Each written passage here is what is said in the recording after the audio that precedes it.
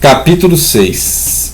Emma, Lera, Paulo e Virgínia sonharam com a cabana de bambus, com o preto Domingos, com o cão fiel e principalmente com a doce amizade de algum irmãozinho, que lhe colhesse frutos maduros em árvores mais altas e campanários, ou que corresse descalço pela areia para lhe trazer um ninho. Quando tinha 13 anos, seu pai a levara à cidade para pô-la no convento. No convento havia uma senhora idosa que ia 8 dias em cada mês trabalhar na rouparia.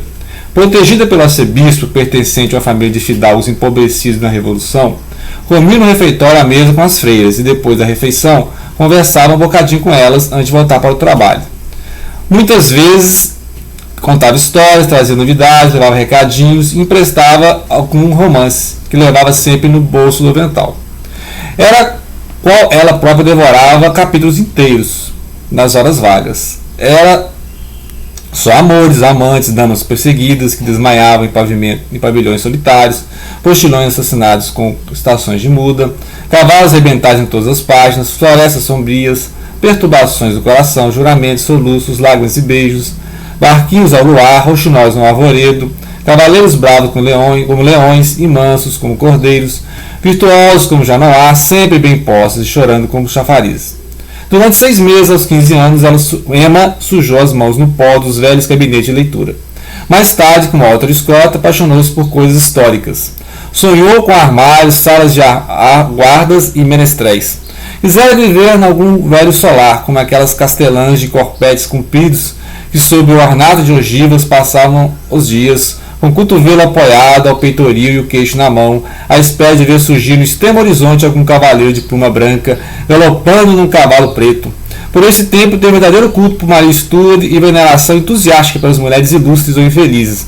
Joana d'Arc, Heloísa, Inês Sorel, a bela Ferronieri e a Clemência Isaura surgiam-lhe como meteoros da imensidade tenebrosa da história, onde sobressaíam aqui e colar, porém, mais perdidos na sombra e sem a menor relação entre si.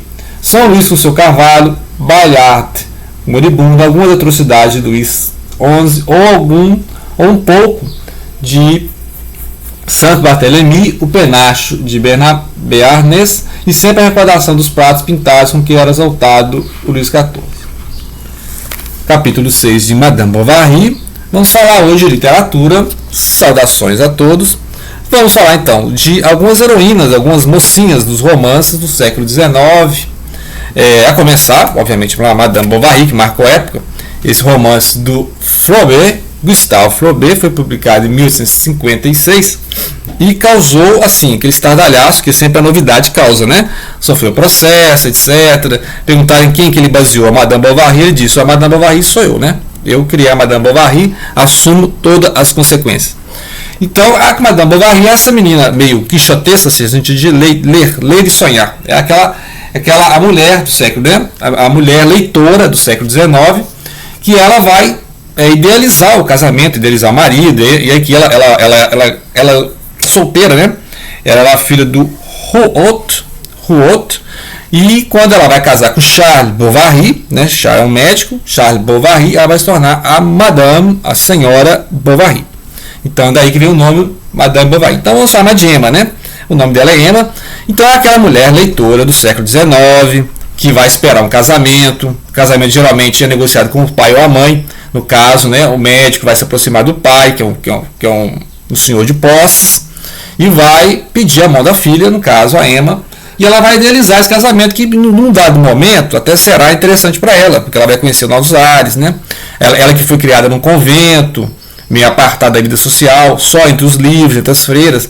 Então ela vai sair do convento, vai para o casamento, e aquela ideia da mulher idealizando o casamento, e depois ela vai vendo as dificuldades, né, dessa vida de casado, a relação com o marido, e que tem nada a ver com aqueles romances, aqueles enredos de romance romântico, né, e ela vai ver essas diferenças, né, entre a vida real e a vida imaginada, a vida da literatura. Então é essa crítica que existe aqui, né? Ou seja, a Madame Bovary é muito sonhadora e depois ela vai ser levada pelas circunstâncias, né? E aí aqui tem um painel de época, né? Impressionante o estilo do Flaubert, de realismo, né? Esse aqui é o início do realismo. Ou seja, ele já está superando o romantismo, criticando o romantismo, rumo ao realismo, que é uma escrita mais possível da realidade, né? E aí o realismo vai tornar-se, vai se aumentar pelos tons científicos e vai formar o naturalismo, como veremos, né? Então o naturalismo nasce dentro do naturalismo, nasce dentro do realismo, que é uma reação ao romantismo. Entendeu? O século XIX foi muito interessante essas reações, né?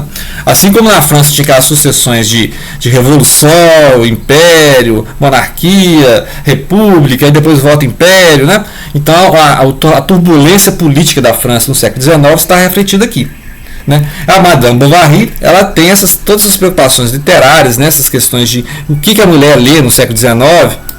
Muito bem, aí passando, né, para o nosso romantismo, né? Ou seja, nós saímos, esse livro foi publicado 20 anos depois, mas ele ainda é o romantismo brasileiro. Já acabando ali o romantismo brasileiro, né? Nós temos aqui o José de Alencar com Senhora, e 10 anos antes ele tinha publicado Lucila. Lucila é um diálogo com o Dimar Filho, que publicou A Dama das Camélias, que é outra figura feminina, né?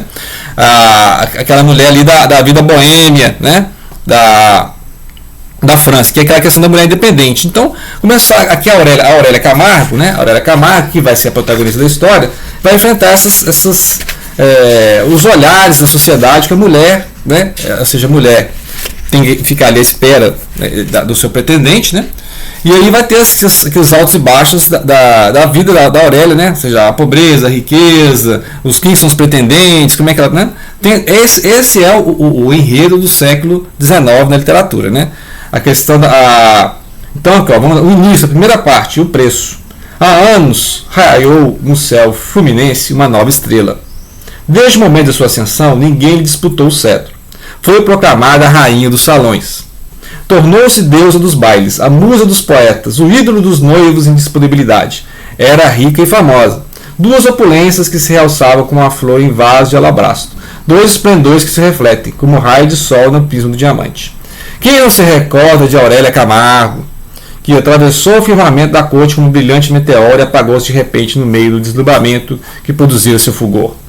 Tinha 18 anos quando apareceu a primeira vez na sociedade, não a conheciam, e logo buscaram todos com avidez informações acerca da grande novidade do dia. Dizia muita coisa que não repetirei agora, pois a seu tempo saberemos a verdade com os comentos malévolos de que os destila os noveleiros. Tá, ele vai falando aqui da descrição, né? A descrição bem romântica da figura da Aurélia. Ele encerra assim: não acompanharei a Aurélia em sua efêmera passagem pelos salões da corte, onde viu surgido em seu carro de triunfo tudo que a nossa sociedade tinha de mais elevado e brilhante. Propõe unicamente a referir o tema íntimo e estranho que decidiu do destino dessa mulher singular. Mulher singular. Então já atraiu a leitora aqui, né? Ou seja, então nós vamos acompanhar a figura, a senhora, e ela vai começar ao ficar rica, né, porque ela vai assumir uma certa herança, ela vai ficar rica, escolher o pretendente. Então é a mulher que agora, né, não é a mulher que fica esperando um pretendente rico se apresentar para a família concordar e ela casar, né? Então assim, o pai fica esperando, né, que chegue um pretendente, ó, eu tenho uma certa aposta, vou pagar, né, pelo casamento, para assumir a mulher. Aqui no caso, não, aqui é a mulher que vai se tornar independente, porque ela vai assumir a herança, né? Ela vai ter o dinheiro e ela vai poder escolher e negociar o próprio casamento, né? Então você vê que coisa, né? A mulher vai escolher o próprio casamento. Então no século XIX isso era motivo para escrever um romance, né? Já era motivo para escrever. Então nós estamos aqui em 1870. Agora vamos dar um pulo de até 1990 com o Cortiço.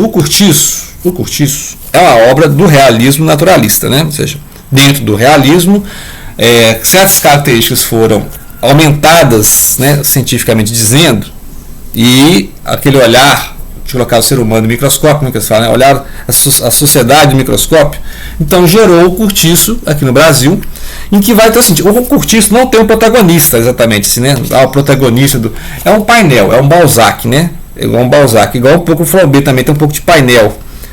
Assim, mesmo que ele fixe a atenção na Emma Bovary, ele vai falar do painel da França do meados do século XIX. E aqui o final do século XIX, ao meados também do século XIX, ainda é a época do Império, né?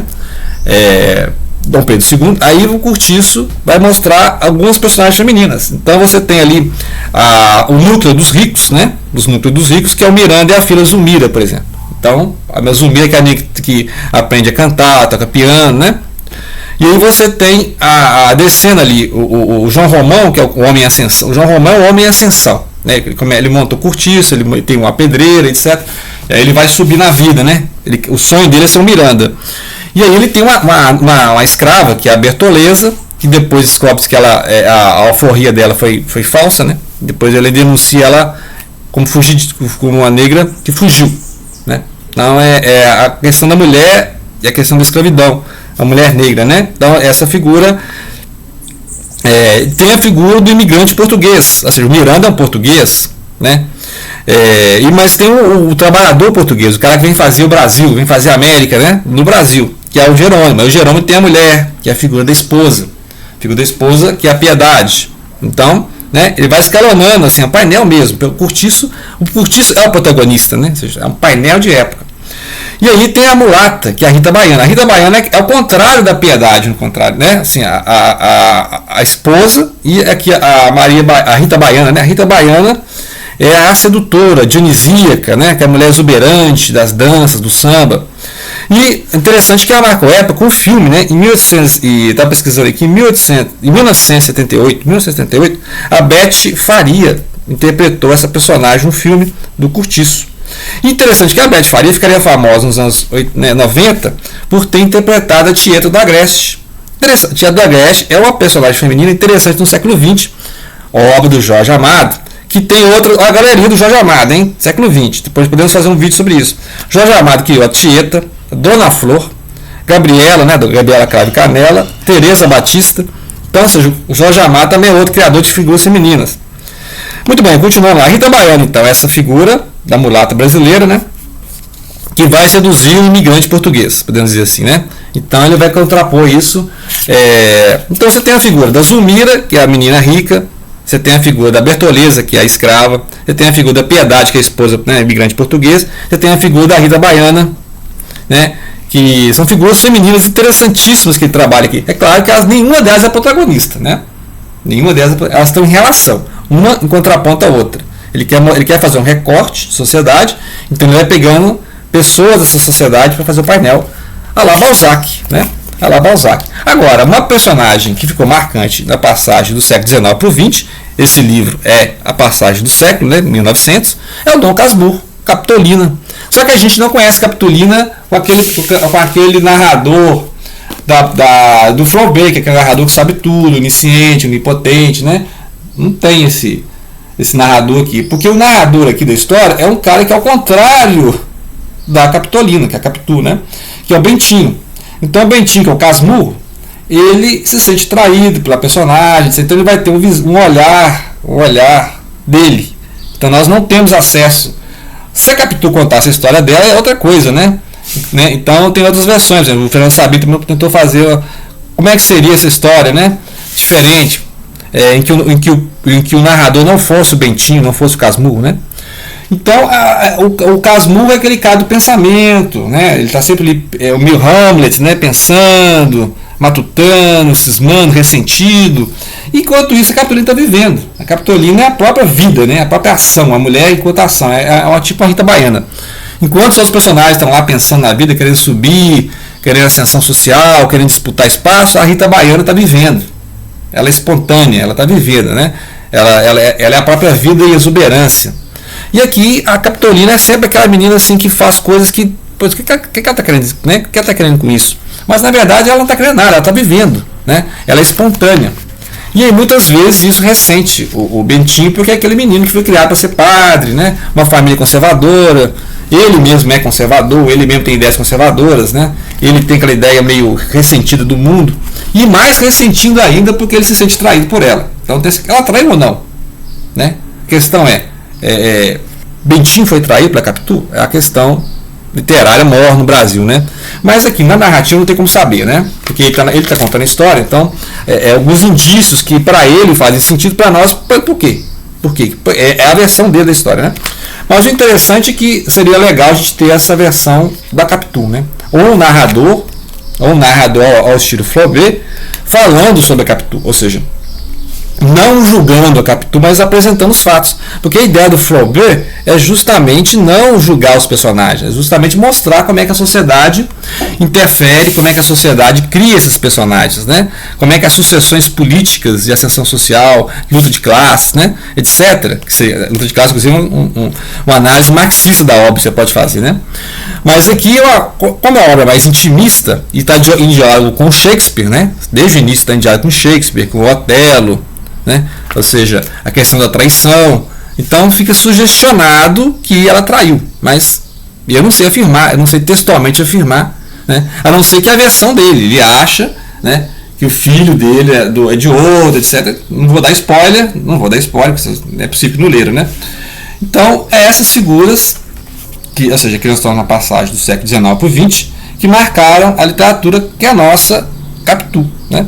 E claro que depois no século XX, como eu falei do Jorge Amado, podemos fazer aqui as figuras femininas do século XX, que são várias também, né? Podemos fazer aqui uma lista, ou proponham para mim uma lista de as figuras femininas interessantes no século XX. E aí, Jorge Amado, eu já citei aqui 4, hein?